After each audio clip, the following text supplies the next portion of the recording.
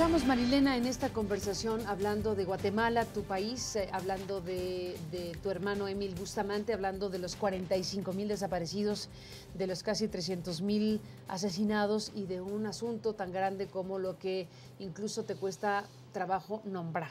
Es decir, conflicto interno, genocidio, holocausto, la palabra que pueda definir lo sucedido en Guatemala durante esas décadas. Tu hermano Emil, en estas imágenes, en estas fotografías, bueno, pues muestran este caso, que es un caso referencial de lo que miles de familias en tu país han sufrido a lo largo de estos años.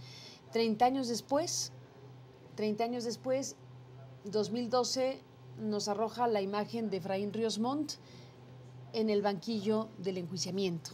¿Qué expectativa tienes de la justicia guatemalteca, del procesamiento de las acciones relacionadas con el periodo Ríos Montt y las décadas transcurridas?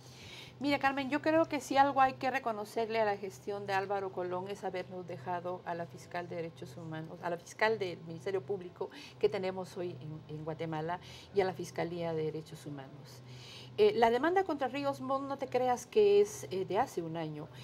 Los sobrevivientes víctimas del Triángulo Ixil la pusieron en el 2000 en Guatemala, pero nunca fue escuchada. Yo creo que tú tienes información de que la Premio Nobel de la Paz puso una demanda en España en 1999 y es hasta el 2006 donde se emite por primera vez orden de captura a nivel internacional por determinados militares, entre ellos Ríos Montt. Cuando tú me preguntabas cómo se le puede llamar a esto, todavía da miedo decir, porque son palabras, como tú bien señalas, muy grandes, ¿no? Yo diría que es más que genocidio, es un holocausto lo que pasó en Guatemala, ¿no? Yo escuchaba recientemente aquí en el Congreso de la Unión hablar a una mujer judía, ¿no? Decir de que por qué nos recordamos nosotros del holocausto judío, pero no nos recordamos del holocausto de lo que había pasado en Guatemala, porque no era genocidio, sino que era holocausto, y justamente creo que hay que llamarlo de esa manera, Carmen. Eliminar específicamente con una estrategia específica a un grupo determinado, por supuesto que es genocidio, pero lo que pasó en Guatemala fue un holocausto, ¿no? Eliminar sistemáticamente a un grupo que se creía, entre paréntesis, no como el enemigo interno, cuando eran niños, neonatos.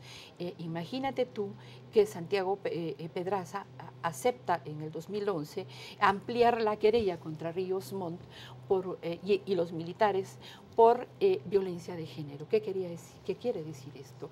Hubo violaciones, mutilaciones genitales para las mujeres indígenas. Hay algo que me llama la atención, el nombre de feticidio. Abrían el estómago de las mujeres embarazadas y sacaban el corazón de los fetitos, ¿no? Porque eso era un triunfo y un sinónimo de premio para los caiviles. Entonces dime tú, ¿eso es genocidio? ¿Es un holocausto?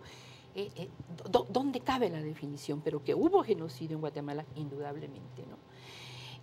¿Qué expectativas tenemos con lo de Ríos Montt? Por supuesto que en un país donde ha reinado totalmente la impunidad es un gran avance en términos de la justicia. Los fiscales del Ministerio Público, sobre todo de la Fiscalía de Derechos Humanos, han hecho un trabajo encomiable. Son jóvenes abogados comprometidos con la justicia y comprometidos con llevar ante los tribunales a que rinda cuentas el máximo operador, valga la redundancia, y lo diremos 1000 veces, de genocidio, y su ejecutor intelectual fue Efraín Ríos Montt. Por supuesto que nos queda claro que Efraín Ríos Montt no fue el que fue a matar y torturar, él era el que elaboró los planes, junto con todo el Estado Mayor del Ejército, para eliminar a la población, en este caso por el que está acusado, por la población Ixil en el norte del Quiché. ¿Qué expectativa tenemos? Por supuesto que a nosotros nos parece que la decisión de la jueza Carol Patricia Flores es admirable. Es una mujer que hace un recuento de los delitos de lesa humanidad que comete Efraín Ríos Montt y cree que son suficientes, como tú lo señalabas al inicio del programa, para que él esté ligado a proceso y acusado de genocidio. Marilena, hoy Guatemala tiene un presidente de origen militar, un presidente caivil, tal como me lo planteó cuando estuvo en este estudio, aquí mismo sentado en esta mesa. Otto Pérez Molina, bueno, pues es un militar con esa formación militar y, bueno, pues pregunto, ¿cómo leer a esa Guatemala del 2012, en donde arriba un presidente como Pérez Molina y por otro lado esa misma Guatemala está en un proceso de enjuiciamiento a Ríos Montt? Mira, yo creo que habría que estar como internamente en Guatemala para conocer esta situación.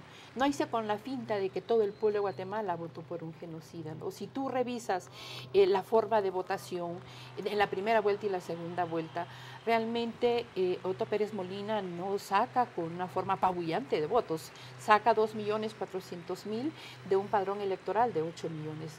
Lo triste es que son los jóvenes, ¿no?, los que le dan el voto, pero no solo a los jóvenes, sino se lo dan a la clase media guatemalteca, sobre todo el área urbana, que está mayormente concentrada la población en la ciudad de Guatemala. Son las capas medias donde el nivel de violencia es tal que creen que con violencia se va a solucionar la violencia, ¿no?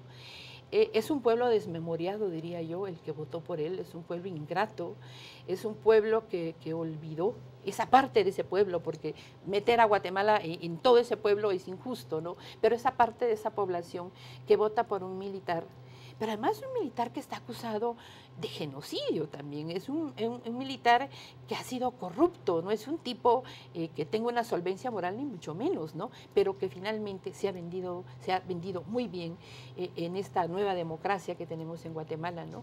El que vende las ideas de fuerza y de poder, pues ese va a solucionar los problemas. En Guatemala te matan por un reloj, te matan por quitarte 50 centavos, ¿no? Pero eso finalmente también te habla de un problema socioeconómico, ¿no? De un problema que es estructural, que no se va a solucionar metiendo presos a los mareros o metiendo presos a la pandilla. Por supuesto que no. O sea, tiene que haber un cambio totalmente de políticas sociales en Guatemala. Si no cambia nunca el sistema de violencia y de impunidad que hay ahorita en Guatemala. Marilena, permítame hacer una pausa y regresamos en la parte final de esta conversación.